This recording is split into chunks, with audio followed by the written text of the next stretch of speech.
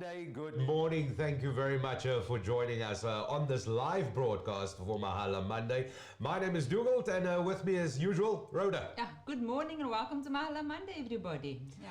Now, we're super excited to have you on this one because I've been actually looking forward to this specific episode for a while. And this is something that is going to be very, very exciting and then definitely really describe the essence what Mahala Monday is all about. But before we get into that, let me just quickly remind you, of course, we are broadcasting right now live on Facebook as well as on YouTube. And if you are a prospective business owner, you are an entrepreneur, you've got an existing business, this is definitely the show for you. And we're going to touch on all sorts of things related to that. And as always, we invite you to be part of this live broadcast. So any questions that you have, of course, as you know, we're broadcasting live on Facebook and YouTube at Nickay Productions. Any comments that you have, that's our social media platforms. You post your questions there and we'll pose it to your guests. But Rhoda, today's episode, we're talking assistance in business. We're talking all of that. We know education is important to everybody at Nickay, but more importantly, entrepreneurship. So true. That is so true, Dougal. You know, at the end of the day, once you're done studying, a lot of students and even people that actually studies at a later stage have to decide, how do you start a business? What do you do? What is the steps you need to follow to actually make it a successful business? So, this is where Optigrowth comes in at the end of the day to be able to make those decisions and decide, everybody can be an entrepreneur, but how do you actually manage your business?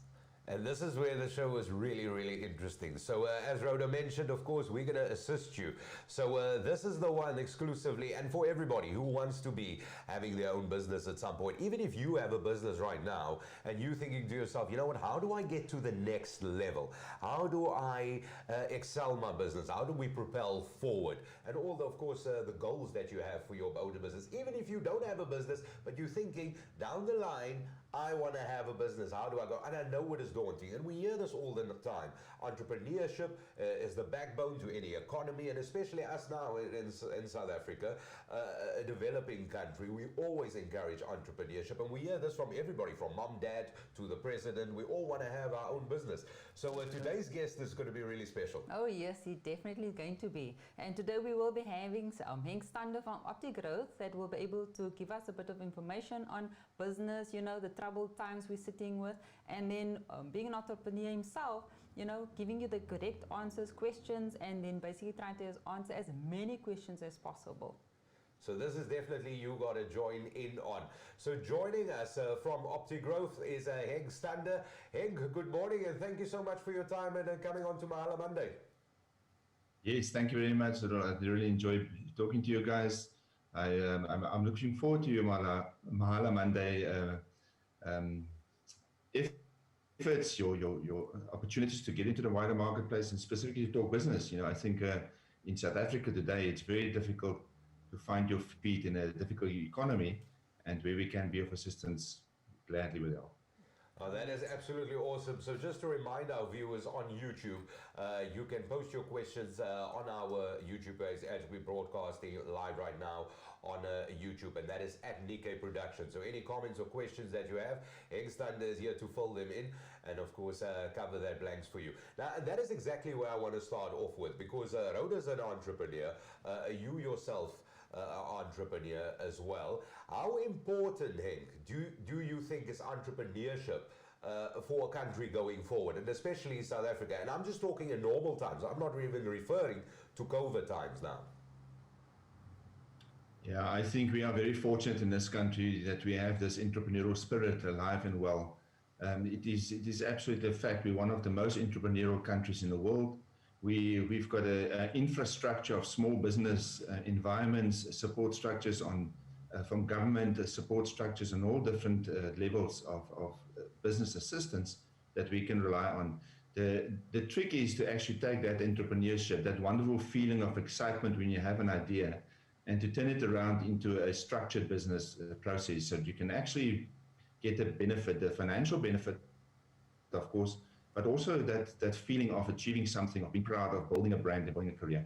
And I think while everybody will talk about a high failure rate of business, true, people do struggle, I think we sometimes miss the plot to also talk about the successes, So I appreciate the opportunity to share a few thoughts around that. Excellent, Anna. We're looking forward to that as well. So there you have it. That is what Optigrowth is all about, of course. And Henk, this sort of kickstarts this conversation with you right now this morning. There's a lot of people, of course, looking at trying to start a business. There's already a huge number of businesses, small, medium enterprises, as you alluded to. When you look at Optigrowth, are you, as Optigrowth, would you consider yourself more a support organization to help current businesses and of course take fresh startups by the hand, or would you consider yourself more an incubator type of support? Yeah, it's a good question. So we basically focus on customer support. People have invested in business structures. They've decided that they're going to take a step away from just toying around with ideas. So that entrepreneurship has now grown into a real involvement in business. And they started selling products, they started scaling the business forward. They're starting to look at how to make the most money out of a product by knowing their cost structures, by going forward. And in that event, they realize that they can do with a soundboard, So we all need at some stage or another to talk to somebody about what we're doing, our feelings, our aspirations. So I would say that businesses such as mine, we have such an opportunity in this country to help people to grow and to scale their businesses. There are many organizations that does incubators, that does specific projects perhaps, that take a certain aspect of business and hone the skills for the entrepreneur. I would say we rather take the entrepreneur who's now taken a step to structure, to form a business, and then help them to grow that. So we were very much onto the supporting side of the business, that trust relationship, I would say. And that is definitely an important part as well, because that is, we need all the support we can get. And I like the fact that you said that you are a sounding board as well, because that means you're working really hand in hand with a business as well. Oh, Yeah, yeah. I noticed on the slide the topic is leadership today. And if I just think of leadership in business, you cannot run a business without effective leadership. And sometimes we don't realize that we are actually, in fact, leaders in the environment that we operate, or that we actually sometimes need a bit of help, So in the older days, many years ago, when I started business, we didn't have internet as an example. We had to literally study books. We had to go to universities. We had to do the hardcore learning on how to run a business. And mostly we had to learn from experience, because that's the whole thing about business is, when you start getting experience, you need to learn from your mistakes, from your success stories. And then leadership will start developing. And when you have that leadership, you actually need to exert and share that, be transparent to your structures to actually help you to formulate that business in a professional way and to actually grow.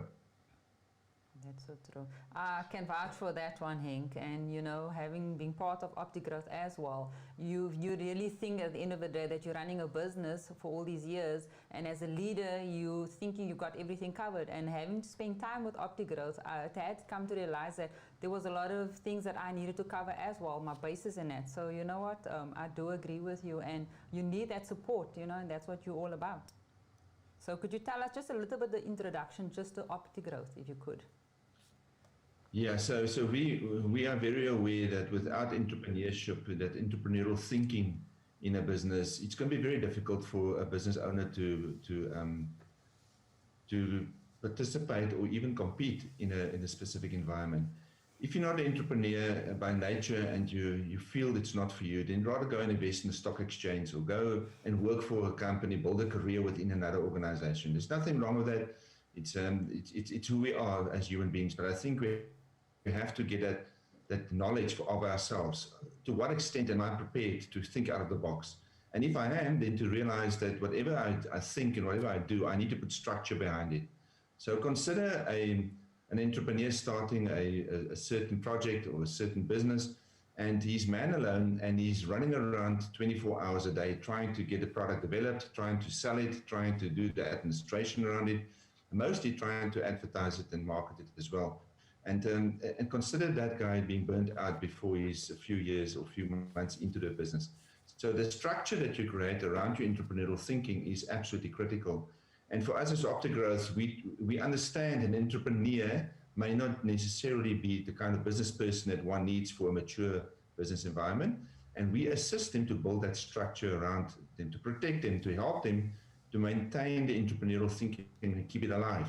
And then work together with a structured business approach towards actually getting a goal in place. Now, obviously, Henk, just considering that will most definitely depend on business to business. Yes, absolutely. So we've got a wide range of company cultures. We've got all different kinds of age groups when it comes to business ownership. People that start with nothing, literally bootstrapping the business. People that have got funding and they start off with the amount of money they can invest in or a particular service. But throughout all, I would say that it ultimately falls on the leadership of the business, the person who's got a dream, who has the hope, and how that leadership is infiltrated through, driven that entrepreneurial thinking. There's a good saying that an entrepreneur wakes up every morning excited and afraid at the same time. And it's very true. So true. I've been in business for years. I'm in business for many years, and I'm just one of those people. I was just born. I cannot work for other people. I cannot listen to people telling me what to do. So some people may say the shortcoming of my modus operandi. Other people will say, but that's what you need as a businessman. Whatever it is, you need to understand who and what you are. You need to know your personal values and then bring that through in your product. The more you sell yourself, the more you bring through your aspirations as a human being, and you can put a brand to that and you can grow it with a structured approach around it. Have people that you trust around you that you can soundboard with, and more than anything, be prepared to learn.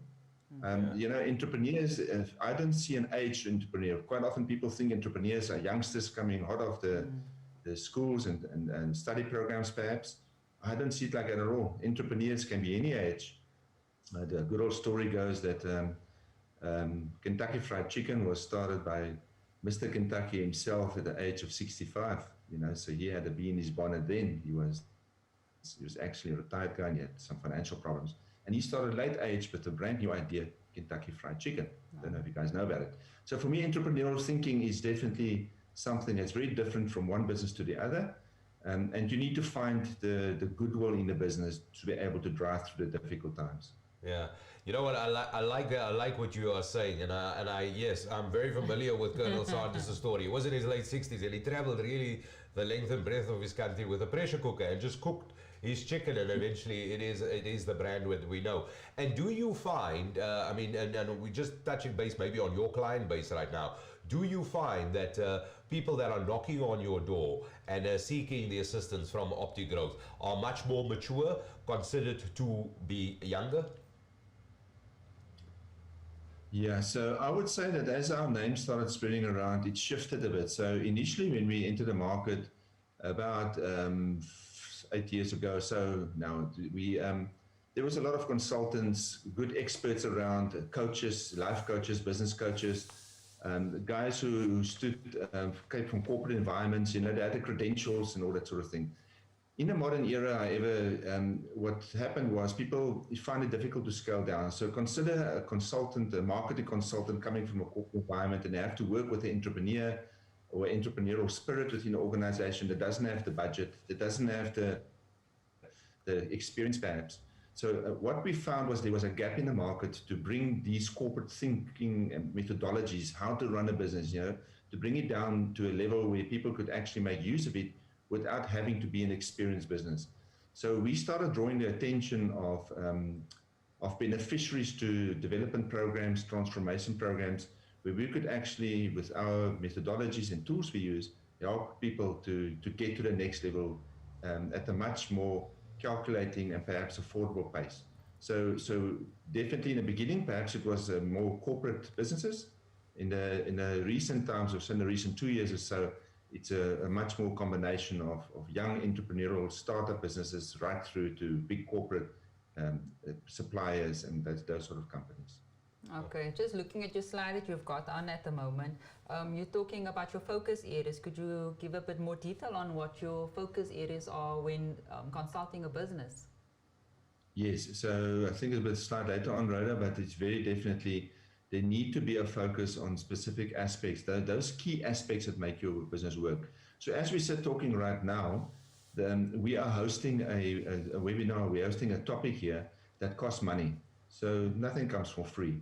The setup, the paying for a Zoom license, the time that we have here, the laptops and kind of computers we use and everything, even the bandwidth of Wi-Fi we're using costs money.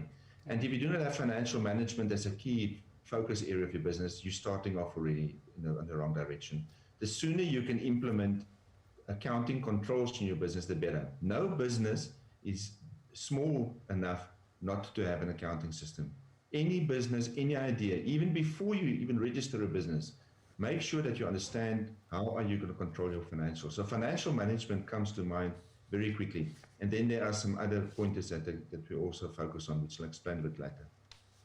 All right, and Henk, just looking at it, I get what you are saying in terms of starting the business and sort of managing accounts. That is really, I suppose, the bottom line of it. And that is the same. Doesn't matter of the scale of the business. Oh, yeah. Doesn't that determine the scale of the business? Yeah. So whether it is just a sort of one-man band business compared to a bigger business. Company. No, for me, there's this connotation to small business that sometimes I get upset about. People talk about small business as though it's almost like a derogatory term, and maybe not meant like that. Small business takes exactly the same challenges on that any bigger business will take. As an example, you still have to sell. Doesn't matter how much you sell, you still have to control your costs around it. You still have to think exactly along the same lines as any other business about how you're going to make profit. You need to be able to read your financial reports and have to be access to financial reports or manage your human resources infrastructure. It doesn't matter if it's one or two people. The same laws of the Company Act, the Human Relations Act still applies to that business.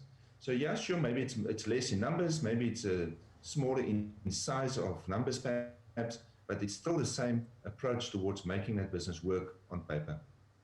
And Henk, just to sort of backtrack, just to ask you this as well. When we look at just general support structures, and we're talking now of a very, very small business, a young person who's watching this now would like to sort of turn their hobby into a career. How difficult is it to start a business? How difficult is it? And especially considering we know now age doesn't really play a number, or part of it. How difficult is it just to getting your feet off the ground, getting that support? How difficult is it? Yeah, so my answer to that will be that it starts with the actual entrepreneur. He will determine how difficult it is for him. So in a roundabout way, for me, if people have energy and they exude that energy about their product, their brand, their hope, their aspirations, it's infectious. It infects other people. So supporting structures around you, like funding organizations, banks, perhaps other experts, supply chains, people that need to work with you in realizing your dream, they will look at you at how you feel about your dream. If you are not showing the right energy, if you're not showing the right will and intent to make it work, why must they bother with you? It's the modern era of running business today.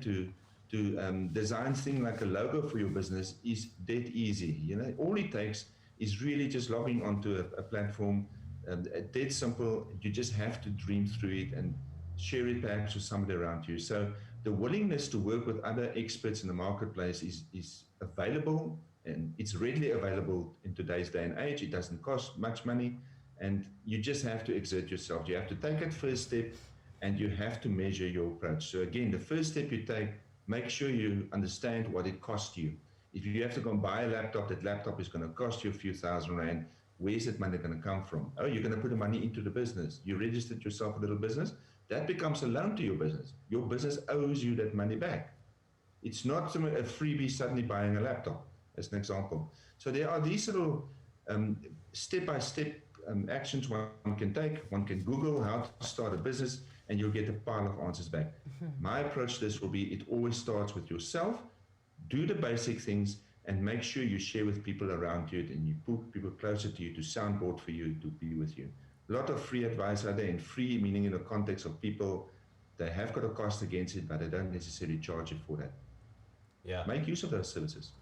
You know what, I like what you're saying, and we've actually got a live question from our social media feed as well, and this is from Nona Noma Gugu Matungwa. So thank you very much for your question. I want to pose this question to you because it says, I have a business idea, and what kind of services does Optigrowth then have for somebody like me?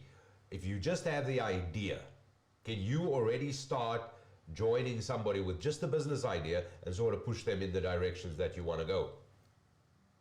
All right, so we're very keen to talk to people with ideas because that's what makes us tick as well. So Optigrowth, as we are now, we like to learn more, we like to understand more what is available in the outside world. So they're welcome to give us a call, and we will go through the idea with them and guide them towards where they need to actually start looking at those first step actions, second, third, 5-step actions, such as registering a business, opening up a bank account, and all those sort of things. If they need help with it, we're more than available to assist and getting some of these things done. What people do need to have is, why do they want to do this? So if they have got a bee in a bonnet to do a particular aspect of life, sell something in particular, why are they actually doing it? Their own reasons. Yeah. So basically what you are saying, it doesn't matter where your business is, even if it's just in the infancy stage and primarily just an idea even, then definitely come and have a knock on Optigrowth's door. Yeah. Yeah, more than welcome. We don't see making money as an idea to do business. Then you can just work at the stock exchange. When you start a business and you want to play that leadership role to drive your business forward for all the years to come and really build something out of nothing, you have to have a fundamental reason why you're doing it. And the money component of it is just lying down the line somewhere of importance. Not that it's not important. If we don't make money, we're not going to survive. But quite often, and I often come across this, where people forgot why they started a business. And we can bring it back to originally. Nickay started a business for a very specific reason. Nickay is a customer of mine. And if I think of the times that we had together, how often we navigate back, guys, remember, why are we doing this? Why are we going to struggle through? Why are we going to put more money in business? Why are we going to draw dividends now? What are we going to do with our business forward? So it's got to be around that person's value system. And then I'm more than easy to talk to people. It's when I sense that people have the value systems have not been explored, and they're focusing perhaps on the money component too much. I will say to them straight out, look, I'm not your guy. There are other people who can help you. Yeah, brilliant. I love that thing. That is so true. I can speak of experience having to be one of your clients. That is true. Our values is quite close to our hearts. On values as well, you know what? Damion was supposed to be here with us today, and he's such a good example at the end of the day on having to be one of the younger youth and having to want to start his own business as well, and then obviously joining Optigrowth eventually and being in partnership with you. Would you like to speak a little bit about Damion? Yes, yeah. So Damion has been my business partner for pushing 15 years now as a partner in a family trust, a beneficiary, a trustee. He's been involved in a variety of investments, properties, and other kinds of things as a subset of our core businesses. And Damion has always brought he's 34 years old now, and he's bringing a typical young, fresh look at some of the aspects. He's also a learned scholar, so he's done his varsity degrees, and he brings that knowledge base, perhaps of the theory around a particular aspect of business, very much to the front. So as Optigrowth, we basically found how to hone the entrepreneurial thinking of a younger generation to me, as I say, to be the older generation. How do we bring it together? And first and foremost, me as the founder of my businesses and as I would say, the patriarch of the family, I had to allow people to tell me, to have the comfort to actually tell me when they differ from me. I had to allow myself to criticize myself and to think, but hang on, maybe I can improve this, maybe I can do something better here. And if I look back on some of the successes we've had, Damion, our customers who are younger, some of our experts who are working in the industry, it's absolutely critical that you don't lose touch. One thing that the COVID pandemic has brought to light is how many people were not IT literate enough to run their businesses remote. So think about what you guys have done today, running Mahala Monday. It's a pure technology basis on which we're actually running this whole forum today, and at which we're having this chat. Now, in that, there is technology and things that people will understand perhaps to be of a younger generation. They're not familiar with some of the latest terms, and you have to adapt to that to allow it in. So for Damion, he's a business partner of ours. He's on the board of directors of a few of our companies, and unfortunately can't be here today. But the way that have molded family around it could be another thinking. A lot of people start entrepreneurial companies and employ family. So we're well aware that it's all about performance. Just because you're a family member, son, brother, sister, mother, whatever it is, we have to actually fall on within a structure. So Damien's got a job title, job rank as I have, and we work every day at building our business career as a separate consideration to our family career as well. I like what you say, because there's always that sort of, and let's really call it a misconception, you know, and a sort of, I don't even want to say an old wives' tale, but there's always, you kind of grew up with a saying, don't go into business with family or friends, you know. But I like what you said, because the targets are clear, your objectives are clear, you've got a clear path, and it doesn't matter who's in with you, you are sticking to the route that is sort of outlined, and you're trying to meet those objectives. Yeah, that's for sure. So I think in South Africa, you know, we have an opportunity to look after families because we have such a large population of entrepreneurs, of people who are willing to work hard at getting somewhere. In the Western Cape in particular, it is just exploding with entrepreneurship and customers starting off, people starting off from nowhere. And in that event, they rely heavily on family values. They rely heavily on family infrastructure. And there's nothing wrong with it. In fact, those people often have the best opportunity to make their business success. They need to just understand that people have to play their part in business. They can't be in business just because they're family. They have to be in business with you because they actually contribute in a very specific focused area of your business. And that they actually act like an employee or a partner or a business investor, and not just like a family member. If you've just joined us, thank you very much for watching Mahala Monday. Today with us is Stander from Optigrowth, of course, and they offer all sorts of support and the assistance and guidance that you need for your business. And it does not matter at what level your business is. If you're just starting out or you have been in business for many a moon, we can all use that extra little help. And it is really great getting it from Optigrowth as well. They're definitely the people you got to go to. And if there's any question or any comment that you have, then please put it on our social media platform at Nickay Productions, and we gladly pose that question for you today. So let's start off here quickly, and I want to get into a bit of nitty-gritty here. Starting your own business, the things to consider, but I want to even break it down further. I'm a person, for instance, if we can use this example, I've been baking cakes and all sorts of treats at my house and making jams and all these sort of things for many a moon, and it's gotten to the point now where I've got loads of offloads every week. So it's 100 cakes a week, and I've been toying with the idea of starting a business. How do you go about starting your own business? How do you actually get it going? Yes, so by the time that you realize you can actually expand beyond your house to a market out there that needs your product more, like your baking goods, your business has already started, and you need to recognize that. You already have got a skill that you have developed into a sellable entity. You made a product out of it, so you already have got a business structure. You may not just have realized it. So the key thing to remember is there already a product that you have, and you should be able to put that product into context. There are already costs against that product. Buying maize meal, buying kinds of ingredients to your product, having to have a stove, an oven to which you bake, those things cost money.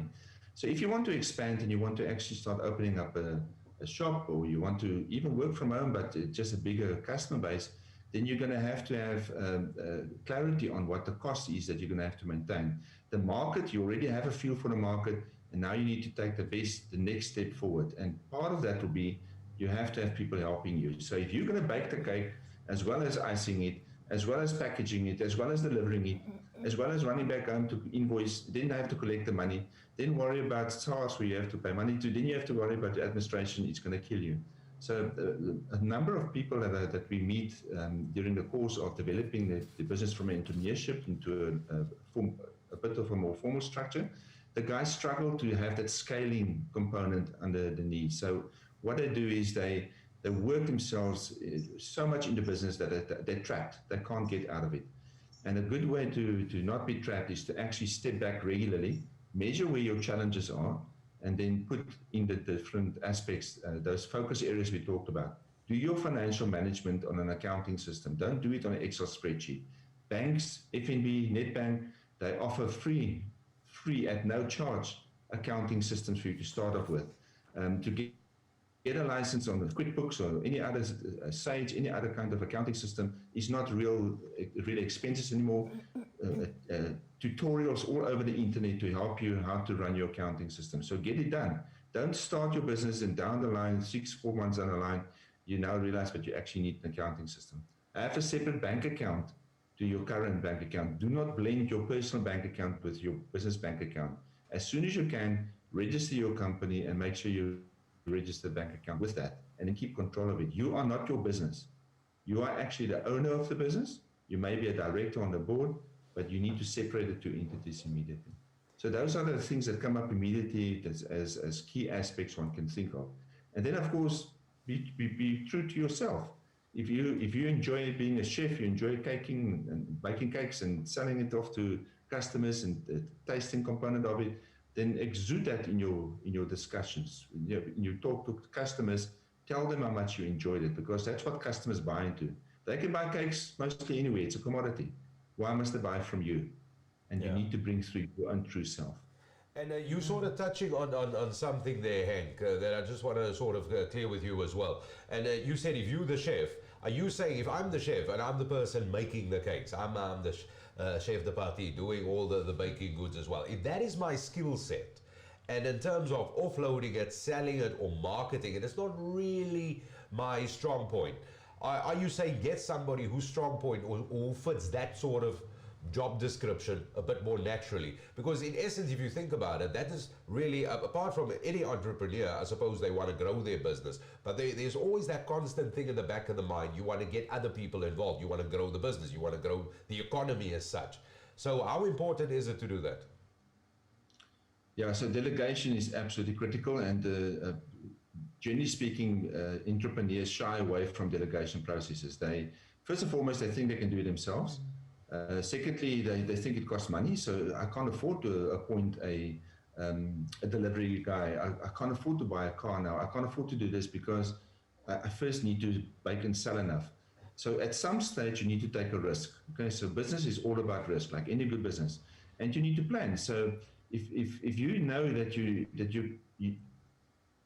particularly going to bake a certain amount of cakes, but you don't have the capacity to deliver it, then make use of a delivery service. Outsource it if you have to in the meantime. Understand what the cost is, and as you start maturing your business, you may then say, but right, I've outsourced that enough now I can appoint a delivery guy to actually go and do deliveries specifically for me. Just by the way, while the guy's delivering it for me, you can also do some other work, maybe you can pack the cakes for me when there's a downtime. So you can start combining the jobs, and you can start delegating some of the general workload away from yourself as the chef, and focus where your best values lie, baking and doing what you love. Yeah. Quite often people get trapped in this. That chef starts getting so overworked that he loses the love for his business, and customers feel that, so people see that in you, and then your business starts struggling.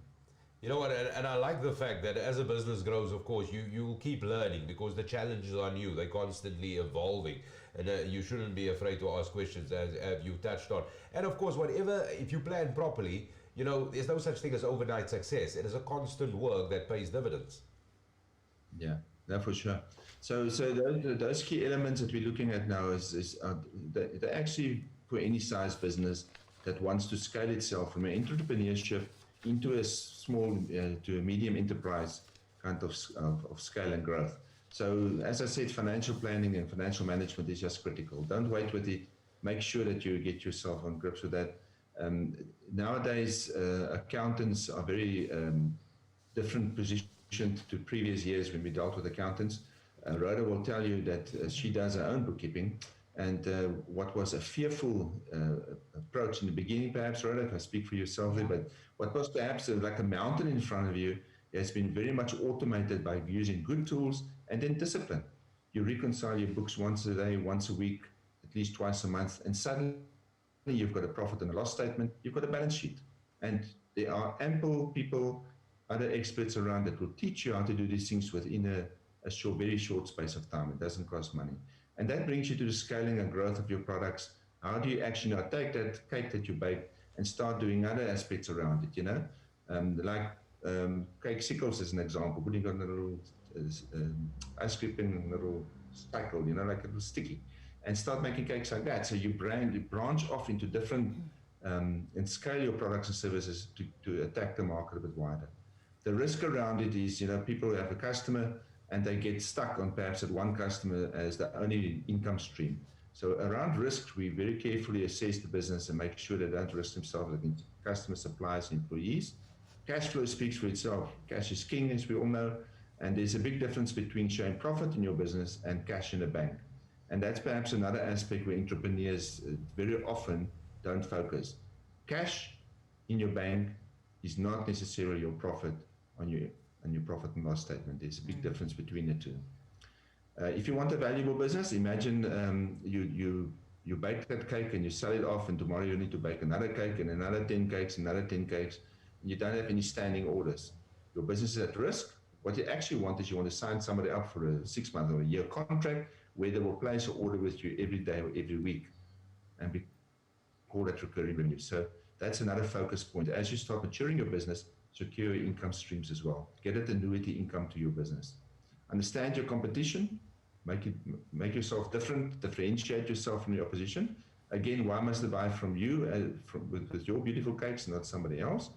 Customer service, we all talk about often, we think we know that we deliver a good product, we give good service, that the customer will be satisfied. That's old news. We don't want to have satisfied and loyal customers as our final goal. Sure, they must be there. What we want is we actually want referral customers that will refer us to somebody. Okay? We're talking here today to you guys because Rhoda and Alfonso are referral customers of Optigrowth.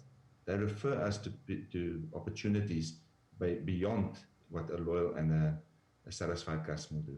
And then succession planning, that stems from also delegation processes. When you start delegating people in your company structure, you actually start developing a hierarchy of who is doing what in your business, job ranks, and eventually you'll be able to step away a bit and drive your business strategically. And in that event, start connotating value to your business, because ultimately that's what you want. Like you have your house, you have a house, you maintain and fix your place so as to stay with the market value.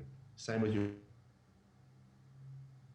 business. You work on your business and you obtain a market value that you can decide what to do with. Maybe you want to hand it down to the next generation. Maybe you want to buy partnerships in there, people buy into your business as partners, or you maybe want to sell the business here one day. But you want to have the options, and that's where Optigrowth will focus on that control and freedom. Okay? And it sounds like very complicated, but these things actually mature itself in your process from an entrepreneurship, that startup business, right through to a sellable business. Yeah, that's so true, Henk. And like you have said, financial planning at the end of the day, especially, what are you using? Coming from a pastel to Sage Cloud, as having to make 100% sure you as the owner actually understand your financials, understand what you're talking about, and actually look at your forecast, look at what you're planning. It is vital, it's so important, and that's something I have learned via Optigrowth, and I want to thank Optigrowth for that as well. And you know what, at the end of the day, it's you as a business owner thinking that you can start a business. There is so many processes involved, and I mean, I've spoken to so many entrepreneurs in this time as well with COVID, that the TERS funding and that was a bit of an issue where they couldn't get funding from government, from the UIF, because they weren't compliant, and compliancy at the end of the day has been something you've drummed into our heads. Make sure your financials are correct, do your reconciliation, everyone. And it's things like this that we need to give to, the entrepreneurs out there thinking that they can start a business, not realizing, Dougal, what I found is you spend more time on admin sometimes in actual fact on actually trying to run your business. So, where you're saying delegate, you basically also then have to give off some of that, extend your staff, in photography business, get your photographers in line, and with me concentrating on my finances. So that's so true, Henk. Just a quick one, we do have somebody on our social media, Aaliyah Jacobs. She wanted to know, could Optigrowth help me in seeking funding? Yes, so we participate in a number of funding programs where the corporate environments or government institutions will actually provide funds or grants or loans or a variety of these things. And they will then make use of Optigrowth services to actually develop the beneficiaries to those funds. In my view, the funding should be for the right reasons. So horses for courses. First and foremost, ask yourself, why do you need funding? Because that's the first thing that the funding organization will tell you. And then secondly, what type of funding do you need? Do you need a loan at a very low interest rate? Are you prepared to pay back? Do you actually need a grant because you can't afford loans? To what extent is your startup planned to be getting off the ground? So there are many funding organizations around that one can approach, but I will not put my name and my reputation on such an application if that business, first and foremost, is not showcasing why they need to be in business. Why do they want to be in business? What is it that drives them? And then that compliance you talked about, Rhoda, if they are a registered business, have they got any financial history? So quite often people will look at a 3-year history of financials for smaller startups, people that have just entered the market. If they can indicate already that they have got an accounting system in place whereby they will reconcile their books and they can provide monthly management accounts, that is already a good step forward. To obtain a empowerment scorecards or to obtain tax clearance certificates, these things are relatively easy today. There's no problem in getting that. That's quick, but one has to be compliant to move forward. And then, of course, people would like a business plan. They want to know, what are your plans to grow forward? I'm not a big fan of the old way of doing business plans. I think it's it's overinvestment perhaps in many cases. People use a business plan and leave it in a drawer, don't focus on it again. So we develop business models with entrepreneurs and then work those models. We do benchmarks where they are now and where they want to go. And we then sell that as a growth plan back into that structure who's willing to provide funding. So we approach it a bit differently, and it seems to be working quite well. Henk, I like what you're saying, because that indicates a sort of the fluidity that you have, because if you think how quickly lockdown happened under COVID circumstances, and we still sort of really in the grips in it, and probably will be for a long time. I mean, things changed very, very quickly for businesses, and a lot of businesses were looking at sort of business rescue options and everything. But having said that, if I'm a potential client of Optigrowth, how long do you walk with me that road until we achieve the certain goals? Do we then set new goals? How long would you be with me? Yeah, so there's no quick fixes for us in business. Things take time, and for that purpose, I've heard many stories about millionaires and people that make quick money. I haven't met one personally in my life. I've never met one. I don't know if you guys have. I read about him. So for us, it's in for the long haul, and we from day one we make it very clear. People, when they tie up with us, it's for the long road. We're not into it for the quick hour or two, make a quick little bit of money out of a quick engagement, and even things like 3 and 6 month journeys with a customer. We understand why people perhaps want to do that, but then we're not for you. What we're doing is we tie in for the long period, and we grow the business, and then we measure it. From day one, we know who's going to do what, and we put ourselves goals in place to measure, and we reach those goals, or if we don't reach them, how do we need to realign, readdress them? And we talk hard, frank, transparent, and we put the cards on the table, and we fight it together. So our role is at a higher level of consultancy engagement, if you can call it that. We actually work with that business owner who's committed themselves to the nth degree in their business plans and their business aspirations, and we stand next to them. We work with them in that way.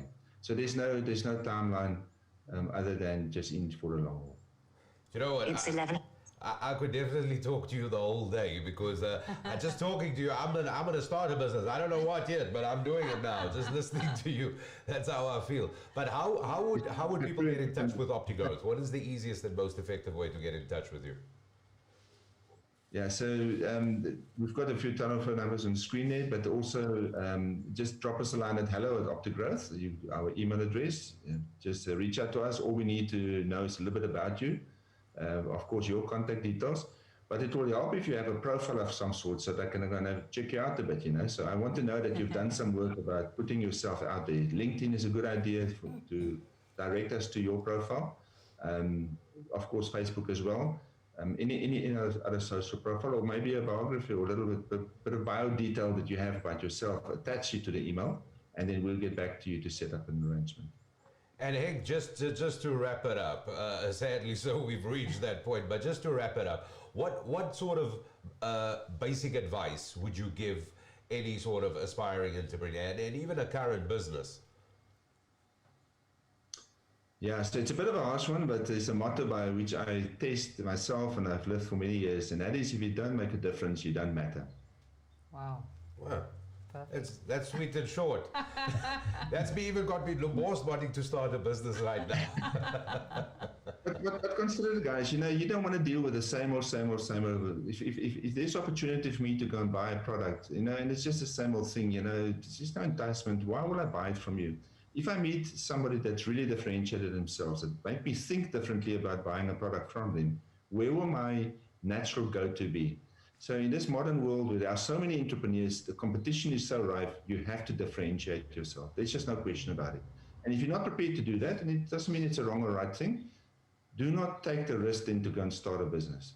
Differentiate yourself and work hard and deal with people like ourselves and other experts in the market to find how can you differentiate yourself, what more can you think about. It's all part of working together in this economy of ours. Yeah. I quite like that. So Henk, thank you very much for your time, for joining us today on Mahala Monday. It has been really, really insightful, and of course, I like the things that you said. We've got a real entrepreneurial spirit in this country. There's a lot of people with great ideas, and we're constantly evolving. And let's be honest, we've got to pat ourselves on the back as well. We've made it through, even in COVID times. This has been going on for a while as well. And we're constantly reinventing ourselves, and our resilience is strong. And of course, with some guidance and assistance from you with Optigrowth as well, we can only go from strength to strength. Really, the sky's the limit in this. So thank you very much for being part of this. Yeah, I must say, Henk, always inspired whenever I'm done talking to you, and always wanting to take on the world when I'm done chatting to you. Thank you for always being there and giving me that extra oomph, and and with Mahala as well, you've always been there behind us, supporting us at Nickay. And you know what? Thank you from all of us here at Nickay. No, it's been a pleasure. Thank you for hosting me today. Much appreciated. That is Nickay Stander joining us here on Mahala Monday, and we were talking things all Optigrowth. This is where they assist you, and I got to be honest with you, my mind has really gone open, just listening to Henk and sort of talking to him as well. And I'm sure that there might be a question that you have. Now, the good news for you is, of course, anything that you want to know about Optigrowth, and more importantly, how do you get in touch with them? Simply go to their website, www.optigrowth.co.za, and you can speak to wonderful people like Nickay Stander, of course, and they are with you. And I like the fact that he said they're with you in the long haul, which means, of course, they help you achieve your goals, and that is what you want. We all know the challenges are different from business to business. You can sort of attest to that as well, and it's constantly reinventing yourself. But the good news for you is you have a partner, you have somebody to take you by the hand like Optigrowth. Whatever you haven't even thought of, they will know. They will know for sure. Thank you so much, Henk. Really appreciate taking the time out to sit and chat to us today. Thank you. So that brings us to the end of this edition of Mahala Monday. Of course, don't forget, we're always going to try and bring you exciting episodes and everything you would like to know. Now, of course, you can simply go to @Nickay Productions on YouTube and Facebook. And remember, like and subscribe, of course, and hit the bell so you get notifications of all future episodes. And we're definitely looking forward to bringing you another informative session here on Mahala Monday. So once again, thank you very much to Nickay Stander from Optigrowth, who joined us this morning and shared some insights, and especially in the support and helping you as a business. But that wraps it up from me, and Rhoda. So until next time, thank you very much for joining us. Bye-bye. Bye-bye.